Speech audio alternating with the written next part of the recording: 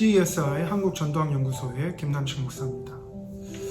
오늘은 지난 시간에 이어서 그 동행전도에 대해서 좀 이야기를 해보려고 합니다.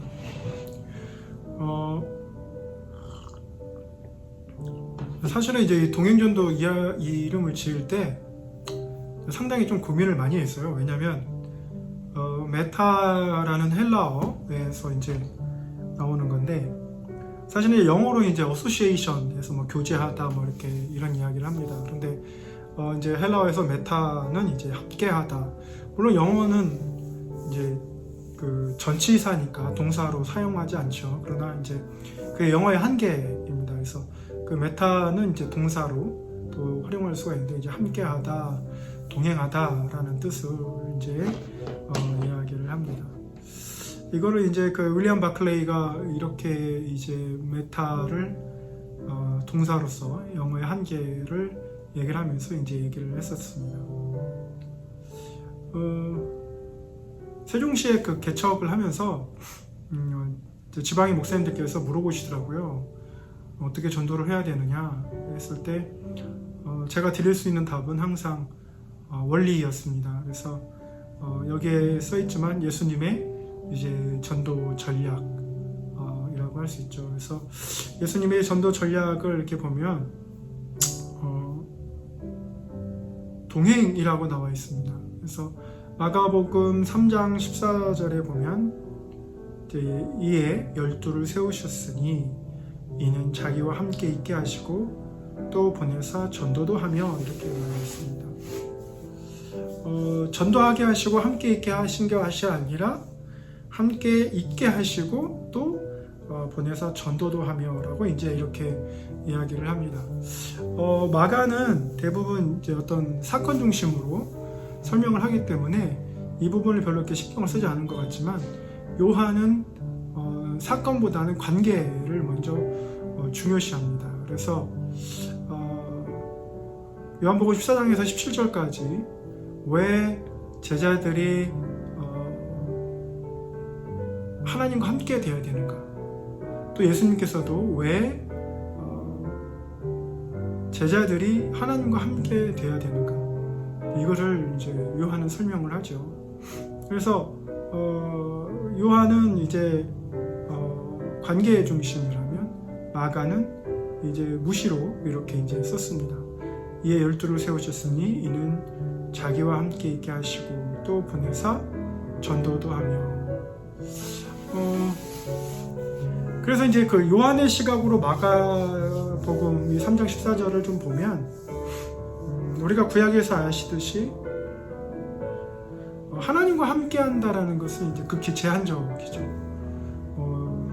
제사장, 레위인들, 선지자 이렇게 해서 대상이 좀 정해져 있습니다. 그리고 그 대상을 확대시키진 않죠. 여전히 그 성소에 휘장이 있고 지성소에는 이제 대제사장만 들어갈 수 있기 때문에 그런데 예수님이 오시면서 12를 세우시고 자기와 함께, 여기서 이제 있게 하시고의 헬라어는 이제 오신인데 허락하시고라는 뜻입니다. 그래서 많은 사람들이 따라왔지만 특별하게 이 12명은 이제 24시간 함께 할 수 있도록 이제 허락하심이 된 거죠. 그래서 여기서 그 우리가 이제 교회에 새신자가 오거나 또는 전도에서 새신자가 오거나 했을 때 거기까지만 우리가 전도라고 생각하면 좀 곤란하고, 제자 양육까지 해야 되는데 제자 양육을 하거나 또는 이렇게 다른 여타의 뭐 신앙생활 하다가도 하나님의 허락하심이 좀 있어야 될 것 같아요. 그래서 모든 사람이 다 제자화가 되고 모든 사람이 다 리더가 되는 것은 아닌 것 같아요. 그래서 평신도 리더가 되는 사람은 자기가 너무 이렇게 내향적인데 사람들을 만나서 막 얘기하고 이런 것도 어려운데 외향적으로 막 이렇게 할 수 없잖아요. 그러니까 또 내향적인 리더도 있을 수 있고 외향적인 리더도 있을 수 있는데 그 달란트가 좀 있기는 해야 되는 것 같습니다. 그래서 이 12를 세우셨는데 허락하심이 있어야 돼요. 그러니까 이 허락하심이 없으면 떠나요. 그러니까 제자 양육을 하다가 갑자기 안 하겠어요 그러면 너무 실망하지 마십시오. 왜냐하면 요한복음 6장 66절에도 많은 제자들이 떠나거든요. 예수님 보고 나서도.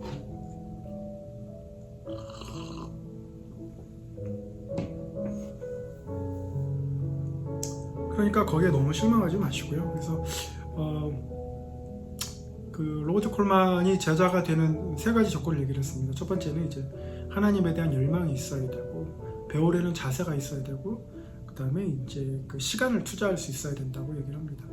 이제 여기 하나 더 추가하면 이제 하나님의 허락하심이 있어야 된다고 봅니다. 예수님께서 맨 먼저 이제 그 제자들을 부르실 때에 전체적인 그 대중을 향한 어떤 계획이 있으셨죠. 그렇지만 예수님께서 맨 먼저 그 소수에게 좀 집중을 하셨습니다.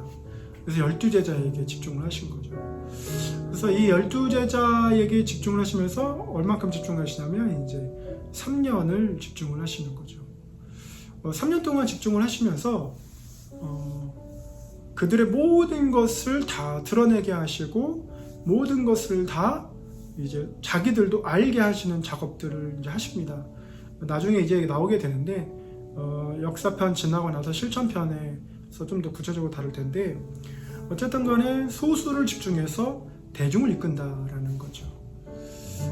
괴벨스가 이제 선동을 하면서요, 이제 한 가지 나타나는 것은 세 가지 반응이죠. 하나는 찬성하는 측, 그리고 극하게 반대하는 측.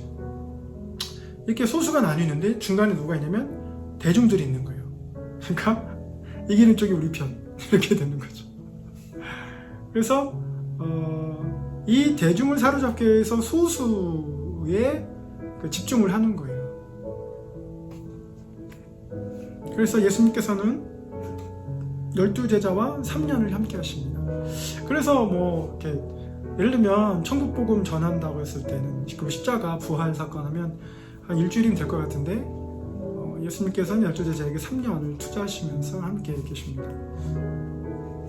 그 결과 이제 12제자가 반응을 하죠. 예수님께서 승천하시고 나서 성령께서 임하시고 나서 성령 충만함을 입은 12제자가 더 이상 예수님의 그 짝사랑으로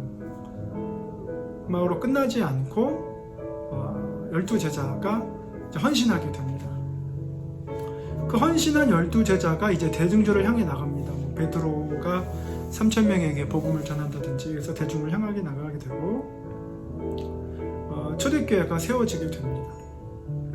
그래서 성령께서 이 초대교회에 임하시면서 이제 초대교회도 함께 예수님과 동행할 수 있도록 되는 거죠. 그리고 이제 초대교회와 12제자가 함께 하면서 또 다른 교회를 이제 세워나가기 이제 시작합니다. 이게 이제 그 하나의 동행전도의 전략이라고 할 수 있습니다. 그러니까 뭐가 맨 먼저 중요하겠어요? 일단 12제자를 모으는 게 중요합니다. 지금 개척을 하면서 지금 5월 23일날 설립 예배를 드렸고, 이 공간 사용한 거는 이제 2월 2일부터 사용했으니까요. 이제 코로나가 오고 설립 예배 지나고 나서 또 코로나가 오고, 그러면서 제일 지금 핵심이 이 12제자가 될 수 있는 평신도 리더를 찾는 게 지금 중요한 거예요. 그러니까 참 이게 어려운 거죠. 이게 쉽지 않은 거예요. 근데 이제 그 중에 가장 중요한 게 뭐냐면 사랑이 있어야 된다라는 거죠. 이거는 그 사실 변할 수 없는 이제 하나의 원리라고 할 수 있습니다. 특별히 전도를 한다거나 뭐 교회를 세운다거나 할 때, 특별히 전도할 때는 막 자기가 강압적으로 할 수 있는 것도 아니고 사람들한테 강요할 수 있는 것도 아니고, 뭐 역사적으로는 칼과 창으로 뭐 그렇게 했지만 그렇게 하면 안 되는 거고, 특히나 교회 같은 경우 이제 교회를 세워나갈 때 보면 교회를 세워나가는 건지 가정을 파괴하자는 건지 이런 경우가 있어요. 그러니까 가족끼리 이제 그 개척을 이렇게 하면 이게 내가 지금 가족을 가족으로 대하는 건지 일꾼으로 대하는 건지 성도로 대하는 건지 헷갈릴 때가 있어요. 그래서 뭐가 없냐면 이 사랑 대신 책임과 의무를 부여하는 경우가 있어요. 그러면 안 되는 것 같습니다. 그러면 안 되고 항상 사랑이 있어야 돼요. 그래서 교회의 주인은 하나님이시기 때문에 하나님이 이끄시는 대로 그 사랑을 나눠야 되는 것입니다. 그렇게 했을 때 이제 초대교회가 그래서 한 번에 막 초대교회가 폭발적으로 막 부흥하기를 원하는 마음도 개척을 하면 그런 마음이 들 수도 있겠는데 초대교회를 보면 그렇지 않습니다. 굉장히 서서히 가고 서서히 움직입니다. 이게 서두르면 안 되겠죠. 이제 하나의 그 전도의 핵심적인 원리라면은 여기 뭐라고 써있냐면 People are made for companionship. 그래서 동행하는 걸로 인간관계가 이제 만들어진다라는 건데 Being together for Christ라고 써 있습니다. 그래서 전도란 Evangelism is to be with unbelievers라고 써 있습니다. 전도라는 것은 믿지 않는 자들과 함께하는 거예요. 믿지 않는 자들과 함께하는 겁니다. 현재 지금 세종제자교회에서는 믿지 않는 자들과 함께하는 방법 크게 세 가지 있습니다. 하나는 이제 페이스북으로 이제 친구를 이제 만들기 시작했는데 원래는 개척하기 전에 한 200명 정도 친구가 있었는데 개척하고 나서 이제 막 친구들을 막 신청하는 대로 받아줬어요. 지금 한 3,300명 정도 됩니다. 그러면서 이제 거기에 설교 영상들 올리고 거기에 이제 그룹 그러니까 세종시 관련된 페이스북 그룹들 허락받아서 이제 가입하고 이제 설교 영상을 쉐어하는 거죠. 이제 쉐어하면서 예를 들면 약 8,000명 정도 되는 이제 그룹에 들어가서 쉐어하면 놀랍게도 반대하거나 저주하는 분은 없어요. 그런데 이제 좋아요 눌러주시는 분도 계시고 보고 계신 분도 계시겠죠. 그래서 한 편당 한 최저일 때는 평균 400 그리고 최고일 때는 이제 1,100명 정도 이제 뷰가 나옵니다. 어떨 때 이렇게 높게 나오냐 이렇게 봤더니 시사적인 관심이 많을 때 예를 들면 이제 박원순 시장 자살 사건 이런 걸로 인해서 성경으로 보는 세상이라는 타이틀을 만들어서 영상을 보낼 때 이제 많은 분들이 이제 그 타이틀 때문에 이제 클릭하는 것 같고요. 그러가시 이제 페이스북으로 비대면으로 하는 곳이 하나 있고 또 하나는 이제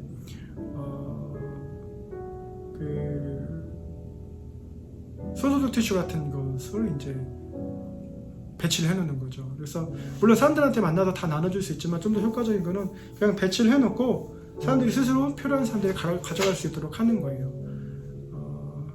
그러면 이제 한 곳에 오래 놓으면 어떤 현상이 일어나면 이제 반복적이잖아요. 그러면 소소득 티슈가 필요한데 이 브로셔는 이제 이미 알고 있는 것. 그러면 이제 브로셔는 놓고 가고 소소득 티슈는 갖고 가시는 분도 계세요. 그래서 저기 있는데 브로셔만 곱게 빼서 이제 브로셔를 그려 놔두고 어떤 분은 쓰레기통에 버리는 분도 계세요.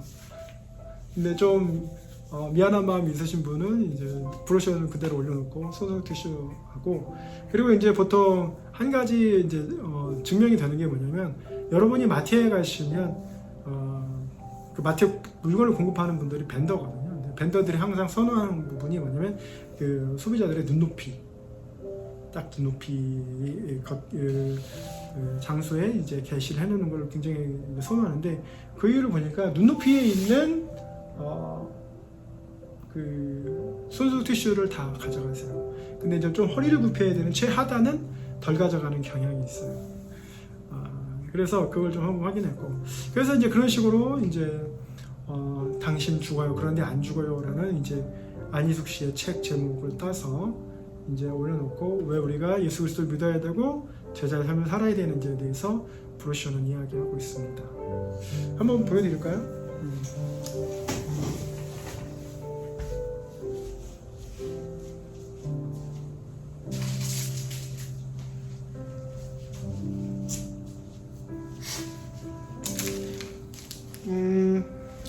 이 소소득 티슈 이제 두 가지 버전이 있습니다.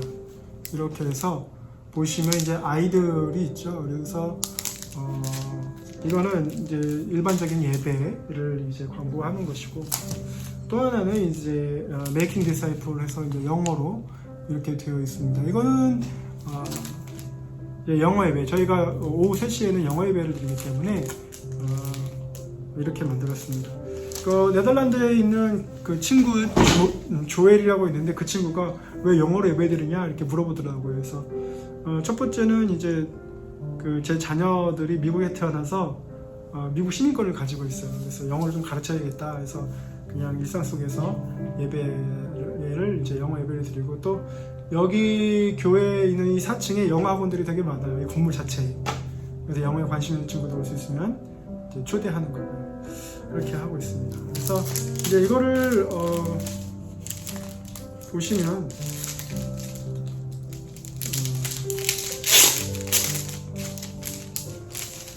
여기 이제 이렇게 되어 있습니다. 당신 죽어요. 그런데 안 죽어요. 라고 이렇게 되어 있고, 그 다음 장을 넘기면 이제 이렇게 여러 가지 내용들이 있고, 뒷면에는 이제 이렇게 해서 나와 있습니다. 여기는 이거는 이제 그 교회 증식 순환도에 따른 훈련 코스를 얘기하는 거죠. 제자를 만드는. 이렇게 해서 이제 여기 소스 티슈가 이렇게 있습니다. 이 소스 티슈가 좀 예전에는 저희가 20장짜리를 썼는데 10장짜리를 쓰고 있습니다. 왜냐면 이 소스 티슈를 쓰고 이렇게 덮고 쓰고 이렇게 열면 알코올이 날아가서 한 10장 정도 쓰고 나면 이제 나머지 10장은 알코올이 다 날아가서 별로 그렇게 쓸모가 없어지는 그런 거기 때문에 10장으로 해서 했었습니다. 그래서 코로나 이전부터 저희가 소소도 티슈를 가지고 이제 그 전도를 했었는데 코로나 사태가 터져서 더 좀 효율성이 좀 있게 됐습니다. 그 다음에는 이제 뭐 이렇게 소소도 티슈라든지 또는 이 공용 화장실에 저희가 이제 휴지를 공급하고 있습니다. 그래서 교회가 있어서 불편하지 않게 됐구나. 근데 사실 남자들은 뭐 있으나 없으나 뭐 별 신경 안 써요. 근데 여성분들은 휴지가 반드시 있어야 돼서, 근데 아내가 한번 이렇게 화장실 갔더니 그 휴지를 막 어디에 숨겨놓고 쓰는 거를 보고 안타까운 마음에 이제 교회가 휴지를 공급하기로 해서 저희가 한 2개월 정도 이렇게 했더니 각 상가에서 휴지를 다들 이렇게 쌓아놓기 시작했어요. 그래가지고 아주 풍성해졌습니다. 그래서 전도를 또 한번 얘기를 할 때는 그리스도와 함께라는 건데요. Evangelism is to lead others to be with Christ. 이게 굉장히 중요한 건데, 전도는 우리가 교회 데려오는 거 아니에요. 심지어는 뭐 예배 잘 드리고 11조 잘하고 봉사하게 하는 것이 전도냐? 그거 아니에요. 그렇게 했던 분들도 시천지 가요. 그렇게 했던 분들도 남미 호랭개교 갈 수 있고 뭐 천리교 갈 수도 있고 뭐 얼마든지 갈 수 있어. 왜 그러냐면 예수 그리스도를 못 만났기 때문에. 그리스도를 만나게 해줘야 되는 거예요. 그러니까 그리스도를 만나지 않으면 이제 어렵게 되는 거죠. 그러니까 그리스도와 함께 있을 때, 언제? 항상 그리스도와 동행할 수 있도록 해주는 거예요. 이제 그렇게 안 하면 이제 온전한 제자가 될 수 없고, 제자를 만드는 제자가 될 수 없죠.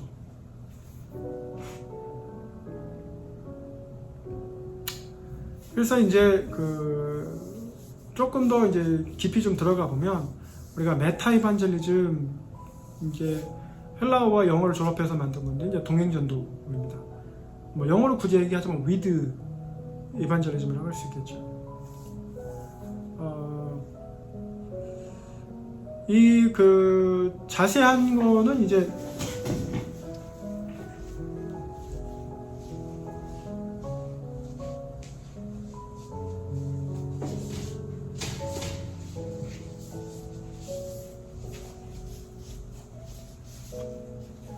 책에 나와 있는데요. 이 책에 나와 있는 거를 이제 그 파워포인트로 이제 이렇게 한 겁니다. 그래서 여기 동행전도학이라고 이렇게 나와 있고, 보이시나요? 동행전도학이라고 이렇게 나와서 이 책을 이제 저희 박사 논문을 이제 이 책으로 이렇게 한 겁니다. 그래서 혹시 필요하신 분들 있으시다면 저한테 이메일로 보내주시면 됩니다. 이메일은 이제 evangelismkorea@gmail.com이고요. 책은 35,000원입니다. 이렇게 비싸 뭐 이렇게 이야기하시는데 이렇게 비싼 이유는 희소성이죠. 이런 책들이 별로 없기 때문에 여러분이 아마 전도에 관련된 책 보시면 대부분 그냥 어떤 전도의 동기라고 할 수 있는 그런 부분들 얘기하고 그냥 근데 어떤 그 학문적인 책은 이제 별로 나오지 않는 것을 여러분은 이제 보시게 될 겁니다. 이 전도의 동행전도학 이 책 좀 더 잘 보였으면 좋겠는데 여기다 이렇게 한번 넣어볼까요? 그래서 이 동행전도학에서 이제 이 내용을 좀 다루고 있습니다. 그래서 이 초반부에 이제 세 파트로 나눠 있다고 말씀드렸는데 신학적인 부분, 역사적인 부분, 실천적인 부분 이렇게 나와 있는데요. 동행이라는 것, 그러니까 함께함으로써 이렇게 스승과 제자 또는 어떨 때는 뭐 종과 주인 이런 관계에서 이제 지식이 전달되고 뭔가 이렇게 전달되는데 맨 처음에는 이제 프로타고라스가 이제 제자들을 삼는데 쉽게 말하면 오늘날 이제 수업료 내고 하는 강의에 이제 제자들을 받은 거죠. 그야말로 배우는 사람들을 말하는 거고. 그런데 이제 소크라테스는 그런 수업 지식만을 전달해서는 인간이 변화될 수 없다라고 얘기를 하는 거죠. 그래서 사실 그렇죠. 우리가 학교에서 아이들 지식들을 많이 전달하지만 학교에서 폭력이 사라지지는 않죠. 학년 간에 이성 간에 폭력이 사라지지 않습니다. 오히려 학교 폭력이 심해지죠. 그래서 얼마 하지 않아서 이제 미국처럼 학교에 경찰을 도와야 되는. 그러니까 무슨 말이에요? 지식을 전달하면 전달할수록 우리가 지난 시간에 배웠지만 계몽주의 특성이 뭐였어요? 이성으로 인해서 인간이 더 행복해질 것이다 했지만 파괴적이 되는 거죠. 지식을 전달하면 전달할수록. 그러니까 소크라테스는 지식을만을 전달하고 해서는 이제 온전한 인간이 되는 것은 아니라고 생각을 했고. 그래서 소크라테스가 이제 그 펠로우십, 교제에서 동행 이제 비슷하게 이야기를 합니다. 근데 이제 예수님께서는 어떻게 하셨어요? 유대와 헬라 전통의 이제 그 조합된 방식을 취하셨던 거죠. 그래서 지적 교제와 내적 교제가 동시에 이제 진행되는 것을 말합니다. 그래서 중요한 거는 뭐냐면 이제 예수님께서는 제자들과 함께한다. 원래 신의 개념은 신에게 제물을 바치고 신의 노여움을 풀고 달래는 거라고 했잖아요. 그런데 오히려 예수님은 그런 신들과는 달리 어떻게 해요? 내려오셔서 형이사학 세계에서 형이하학 세계로 내려오셔서 인간들과 함께 하시면서 변화시키려는 모습. 크라이스트. 이게 이제 핵심이죠. 이게 이제 그 우리 기독교의 이제 핵심이라고 할 수 있습니다.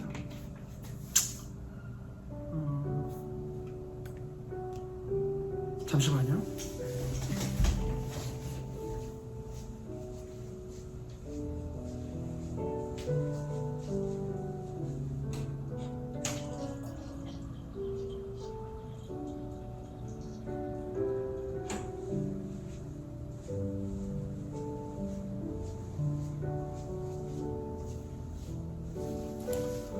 이게 중요한 게, 이거 사실 라이브로 하면 우리가 이제 코멘트도 받고 해서 되게 활발하게 이야기할 수 있는데 제가 구독자가 별로 되지 않습니다. 그래서 한 1000명이 돼야 라이브를 할 수 있다고 하더라고요. 여러분 좋아요, 구독 부탁드립니다.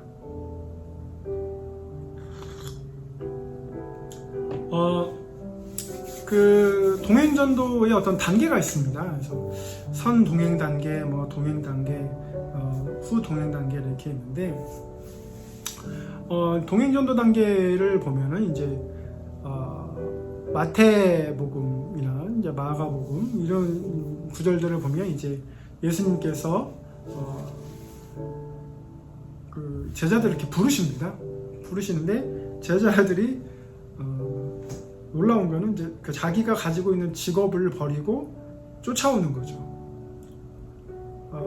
레위 같은 경우는 이제 그 세리로서 자신의 직업을 버리고 오고, 뭐 어부들 버리고 오고, 그렇게 합니다. 그래서 에이비 브루스가 이제 이러한 결단하는 모습들을 보여주는 거죠. 그러니까 오늘날 우리가 제자를 만드는 제자하면 뭐 직업을 뭐 버리고 이렇게 하는 것은 아니지만 적어도 그만큼의 헌신도는 있어야 된다라는 게 이제 핵심이죠. 그래서 제자 양육한다 그러면 영화 보는 것보다도 못한 시간 우선순위를 두는데, 그렇게 되면 진정한 제자 양육은 조금 어렵죠. 그래도 제가 만난 장로님은 본인이 화물차 운전하는데 부산에 계시는데 목요일날 그 저녁에 제자 양육해야 된다고 공차로 목요일날 올라오시는 분이세요. 여러분, 그 화물차 공차로 올라온다는 건 엄청난 손해잖아요. 기름값이라든지 뭐 이런 것들 생각해보면 뭐 100만원 손해, 200만원 손해 볼 수 있는 건데, 그만큼 이제 가치를 두고 제자 양육에 참여하셨었죠.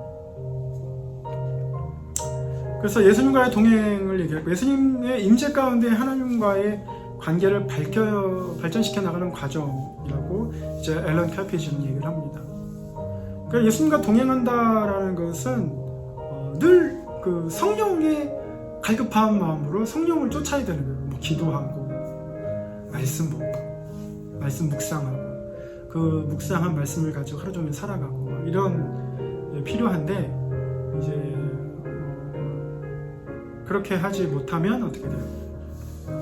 항상 우린 유혹을 받는 거예요. 그 제자의 삶을 제대로 살아가지 못하는 거죠.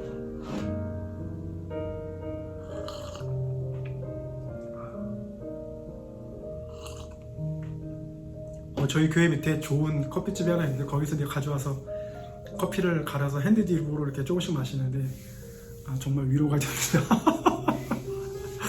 누구든 저희 세종제적교회 방문하시면 커피 대접하겠습니다. 어디 있냐고요? 그 아름동에 해피라운 1동 407호가 있습니다. 그래서 이제 그 동행전도는 이제 사도로서의 부르심을 받으면서 이제 시작이 됩니다. 베드로가 고백하죠. 주는 살아계신 하나님의 아들이시오, 막 이렇게 고백합니다. 그래서 메시아인 거를 예수님 앞에서 고백하고, 그리고 나서 이제 점점점 그 시간이 지나면서 그날만 확 바뀌는 건 아닌데, 십자가 사건을 겪고 점점점 시간이 지나면서 예수님을 알게 되죠. 그 자기에게 소중한 게 무엇인지 알게 됩니다. 그래서 이 전도를 위한 부르심을 입게 되고, 그래서 나중에 이제 성령 충만하고 나서 보냄을 받은 자, 사도라고 해서 사실은 뭐 특별한 의미에서 뭐 신사도 운동 뭐 하고 하셨다는데, 뭐 거기는 뭐 알려고 하지 않아서 깊이 알지는 못합니다. 그러나 아포스텔로라고 말하는 것은 이제 보냄을 받은 자라는 뜻입니다. 특별한 거 없어요. 전도 나가고 또 제자 양육을 위해서 헌신하시고, 그런 분들이 바로 아포스텔로, 아파솔, 사도죠. 그래서 또 사도의 정의가 예수 그리스도를 직접 눈으로 보고 뭐 함께 다니고 뭐 이런 사람, 특별한 사람이었다고 한다면 그거는 잘못된 거죠. 벌써 그 교회 안에 수직적인 관계를 세우는 그런 일들은 이제 잘못된 거기 때문에 늘 그리스도 안에서 수평적인 관계가 중요하니까요. 그래서 사도로서 정체성을 이제 확립하게 됩니다. 핵심은 이겁니다. 예수님께서는 리더를 키우시기 원하셨어요. 대중을 위해서. 그래서 예수님이 이제 성령으로 임하실 때에 어느 곳에 가든지 어디 있든지 언제든지 복음을 전할 수 있도록 그렇게 하셨습니다. 예수님의 이 놀라운 전략은 2000년 후에도 유효합니다. 그래서 우리가 지금 동행전도학을 배우는 이유는 결국에는 제자를 만드는 제자를 키우기 위해서 그렇습니다.